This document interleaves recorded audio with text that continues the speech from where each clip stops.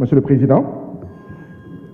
li tax ma ñaan motion préjudicielle ni ma ko article 75 bu Assemblée nationale mayee moo di ne Monsieur le Président man dama déposé le 19 février 2024 benn proposition de mise sur pied d'une commission d'enquête parlementaire pour xool saytu winu budget Assemblée nationale diggante octobre 2022 ak octobre 2023 ndaxte man mii nga xam ne maa bokk ci commissaire aux comptes Assemblée nationale ci diir boobu musuñu woote réunion musuñu rendre compte musuñu def rapport musuñu def dara te xamuñu 20 21 22 23 milliards yooyu fan la jaar léegi ci ginnaaw boobu président Macky Sall indi projet de loi lan moo tax ñun bu ñu déposé ci sa table yow président de l'Assemblée nationale doo ko xool te bii mooy ñaareelu yoon première fois bi mooy samay mbokk député PDS ñu indi fi commission d'enquête parlementaire fekk fi sama 10 commission d'enquête parlementaire yi ma déposé entre octobre 2023 ak décembre 2023 yow président Assemblée nationale ak sa bureau ak sa conférence des présidents ak sa majorité parlementaire ngeen pousse 10 commissions d'enquête parlementaire yooyu xool ba su waa PDS bii mooy deuxième fois nga koy def nga teg ko fan monsieur le président de l'Assemblée nationale nga teg ko fan ndax dafa am ñaari député ndax dafa am député am ndey ak député amul ndey lan moo tax fii ci Assemblée nationale ñun bu ñu déposé doo ko xool te bu ñeneen déposé nga xool ko loolu du yoon ndaxte règlement intérieur bu Assemblée nationale da ko dàq loolu moo tax ma ne comme du ko xool nag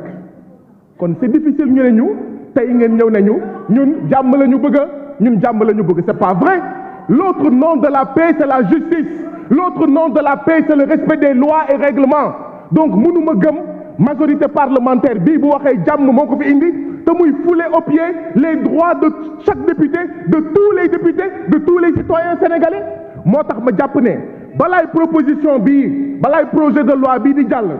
da ngeen waroon wax dara ci sama proposition de mise sur pied de commission d'enquête parlementaire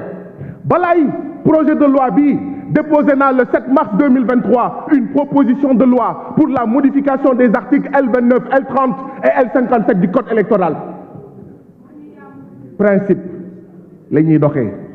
c'est pas parce que da ngeen di wër fu nekk di fen naan projet de loi bi pour Sonko la pour Pastef la pour détenus politiques yi te dara du ci dëgg moo tax ngeen foog ne du ma ñëw fii pour wax leen ne da ngeen war a respecter samay droits de député da ngeen war a respecter samay droits de député monsieur le président de l'Assemblée nationale ce n'est pas normal tout à l'heure vous avez fait une précision à mon collègue Sanu John j'attends une précision de votre part pourquoi systématiquement quand on dépose des propositions de loi, quand on dépose des propositions de commission d'enquête parlementaire, vous les foulez aux pieds, vous ne les regardez pas. Et quand mes collègues du PDS déposent, vous les regardez. Quand le président amène, vous regardez. Ngeen teg ko fan